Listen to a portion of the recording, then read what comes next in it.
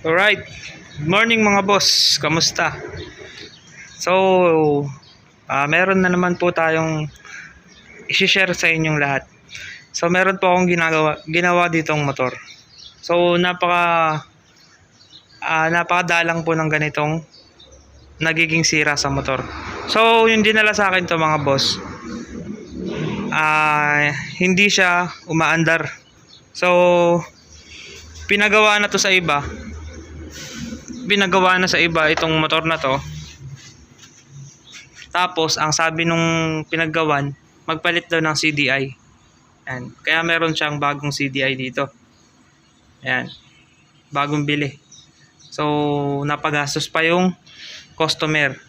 So kaya nag-share ako ng ganitong mga video para sa inyo, sa mga followers ko or sa mga subscriber ko, para hindi na madoble yung gastos. So napaka-importante kasi ng pera. So pwede na natin ipambili ng pagkain yung pinambili ng CDI. Sayang, 'di ba? So papakita ko sa inyo, umaandar na siya ngayon. Ayan, umaandar na siya ngayon. Susin natin. Start.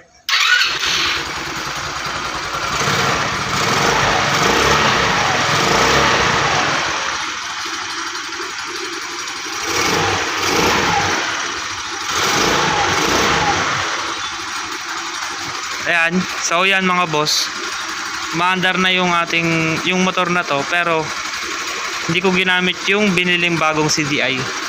Ito yung bagong CDI. Ang nakakabit dito yung luma. Ayan, yung luma pa rin CDI. Tapos so ito pa yung naging sira ng motor niya. Nasira na yung kanyang spark plug cap. Ito. So bago na yung spark plug cap na nakakabit dito. Napaka-importante ng spark plug cap kapag walang kuryente yung motor. Isa to sa mga kailangan mong tignan. So ang naging problema naman sa spark plug cap nito, ayan, ilalagay ko siya. So ayan, madali siyang mahugot. So lumuluwag siya mga boss. Itong bagong nating spark plug cap, sobrang higpit na ito. Yan. Halos hindi mo siya matatanggal. 'Di ba? Tapos ito pa yung grabeng ginawa na wag nyo dapat gagawin. Wag nyo tong gagawin, itong fuse na to. Ayan, yung lalagyan nyo siya ng tanso.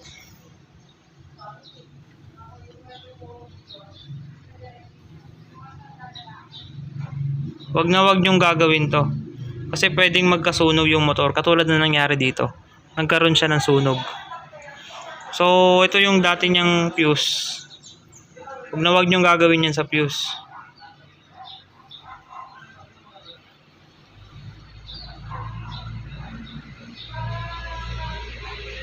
Ayan. Pinalitan ko na siya ng bagong fuse.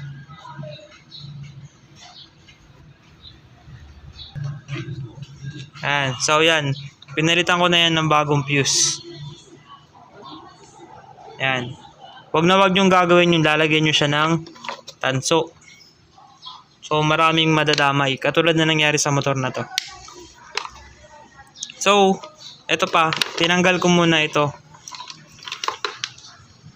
Tinanggal ko muna to sa kanyang yung pinaka-socket ng tail light at mga signal light. Kasi tignan nyo naman yung kanyang signal light, grabe.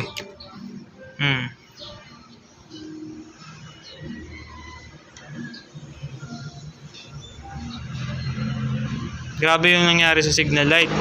Pati yung tail light niya halos tumikit na. Ayan o. Nakadikit na. So nakadikit na yung bulb sa socket. Sobrang sunog na kasi. Ito rin, grabe rin nangyari dito.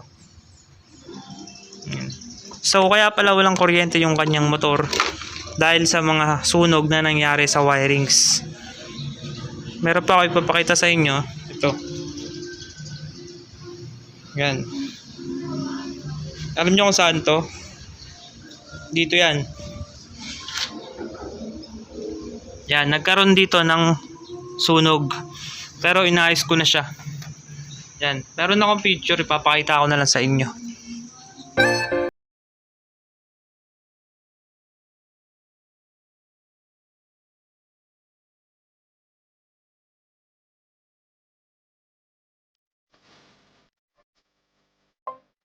Yan.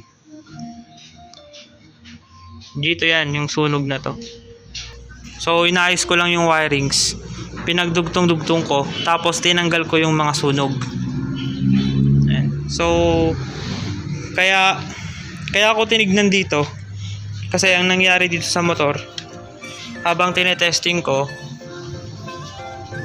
ay yung CDI niya, ganito mag-testing ng kuryente. Yan. Tinanggal ko tong black and white sa CDI. Ito yung black and white. Yan yung kill switch. So tinanggal ko yan. Nung tinanggal ko yan, nagkaroon ng kuryente. Tinignan ko dito sa coil. Tapos pag kinakabit ko siya, nawawala yung kuryente.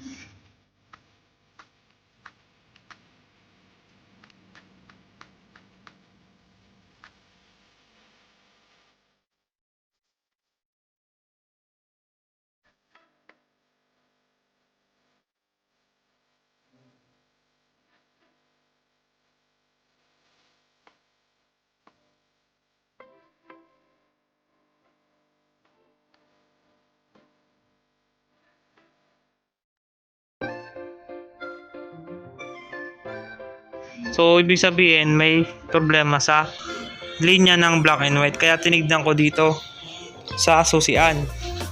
Dito sa linya ng susian.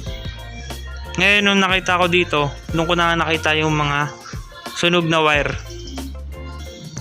So, yan, nagawa na nga natin siya. Yun lang yung ginawa natin, inaayos natin.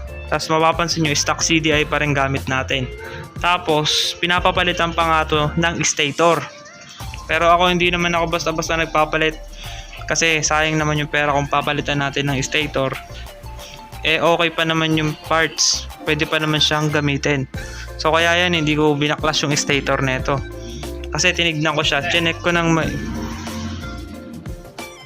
ayun, so yun mga boss, ganun lang kaiksi yung vlog natin. So ayun lang yung mga tinitignan natin kapag walang kuryente yung motor. So ito, goods na, maandar na to.